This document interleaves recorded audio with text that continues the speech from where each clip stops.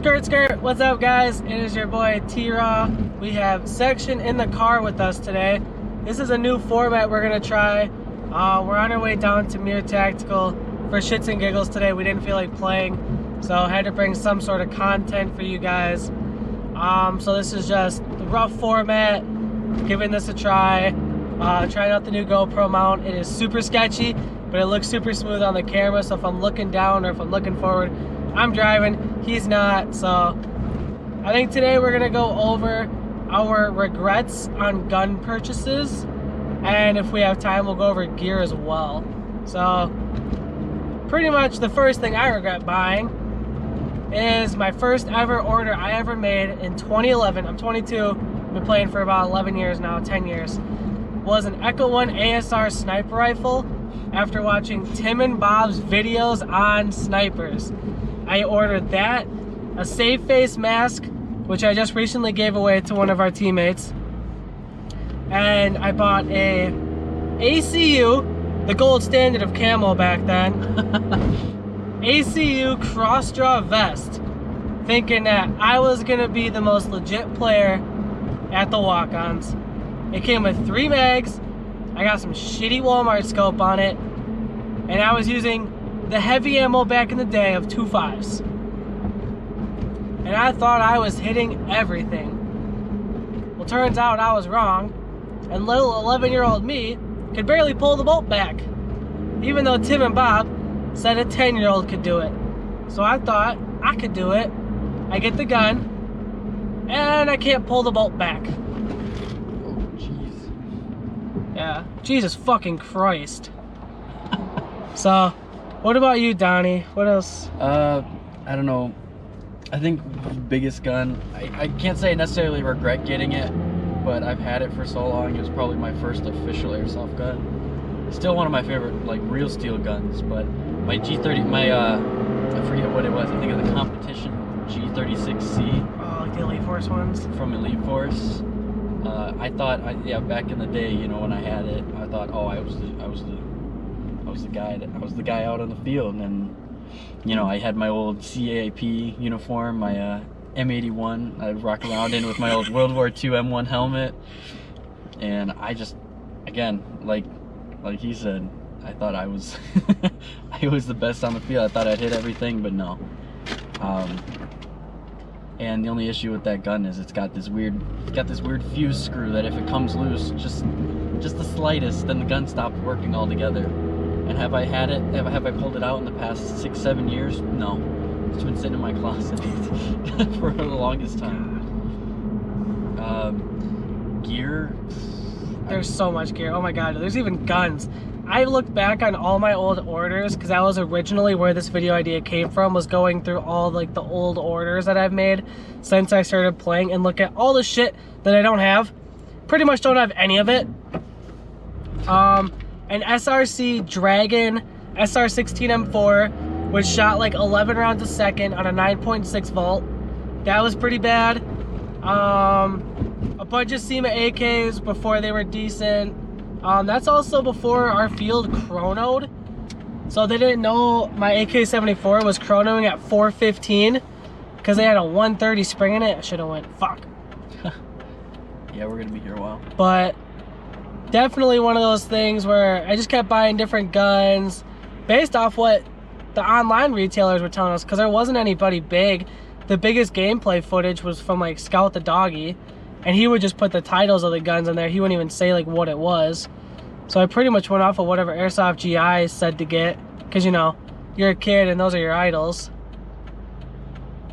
I'll be honest, I think the biggest gun I regret buying is, I don't have an issue with JG or anything like that, but my JG Bar 10, for whatever reason, I got one of those too. It was an impulse buy. One weekend I was at Airsoft headquarters, and I'm like, I have an event coming up in the next month, and I'm like, I really want to be a sniper, but I don't want to fork out, you know, $300 some for a decent one. So I'm like, I'll pay $115 for my JG Bar 10, and I took it out to the field, and the bolt just started coming loose. The rear part of the bolt started coming loose as I'm playing. Pull that bitch out the back. And exactly, I went to charge it one time, that thing came straight out. Lost 3 of the pins that hold it onto the little cylinder. The spring just went right out the back. I thought it was funny, but I got it fixed. I converted it to left hand because I'm a left-hander too. Tried taking it out to a field after it was fixed. It wouldn't shoot more than maybe 75 to 100 feet. And for being a sniper, especially at a milsim, that's not good.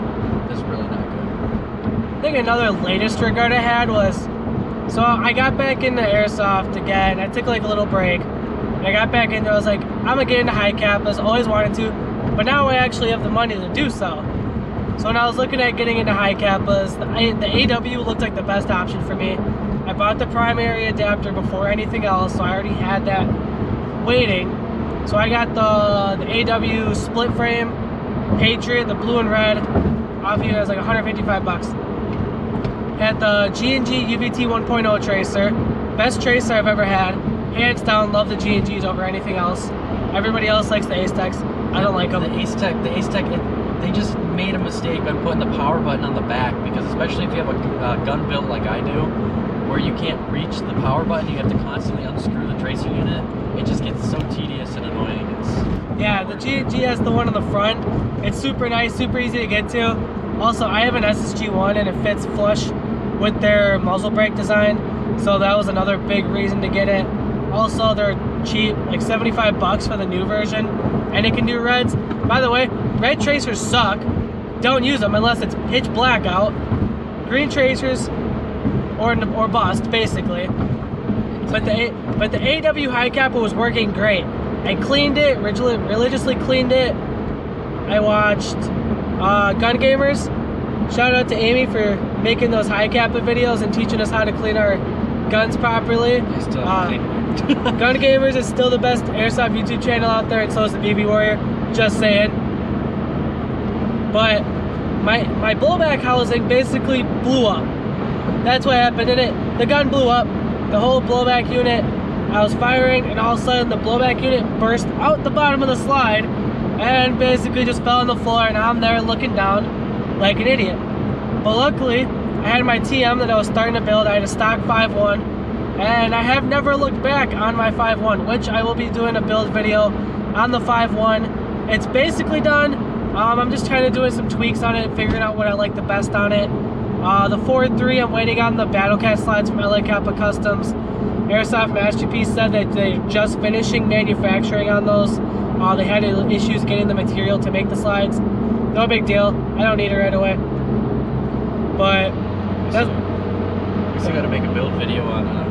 We never got to making a build video on mine. We have to make a lot of build videos on his green high kappa, which there's no videos on my channel of that yet. I mean, even just a review of it. I got to get a new bucking for it though before I can. Yeah, we're gonna go over like the parts that we like so far, because we've tried over his 1 high kappa and my 2 high kappa. We've tried a pretty good variety of parts. We kind of figured out the best midway point of what we like. Then we have his crazy looking Speedy Boy M4 that he builds. That's in the very short gameplay video I came up with, where his battery is actually mounted to the bottom of his pistol grip. That'll be coming up. But yeah.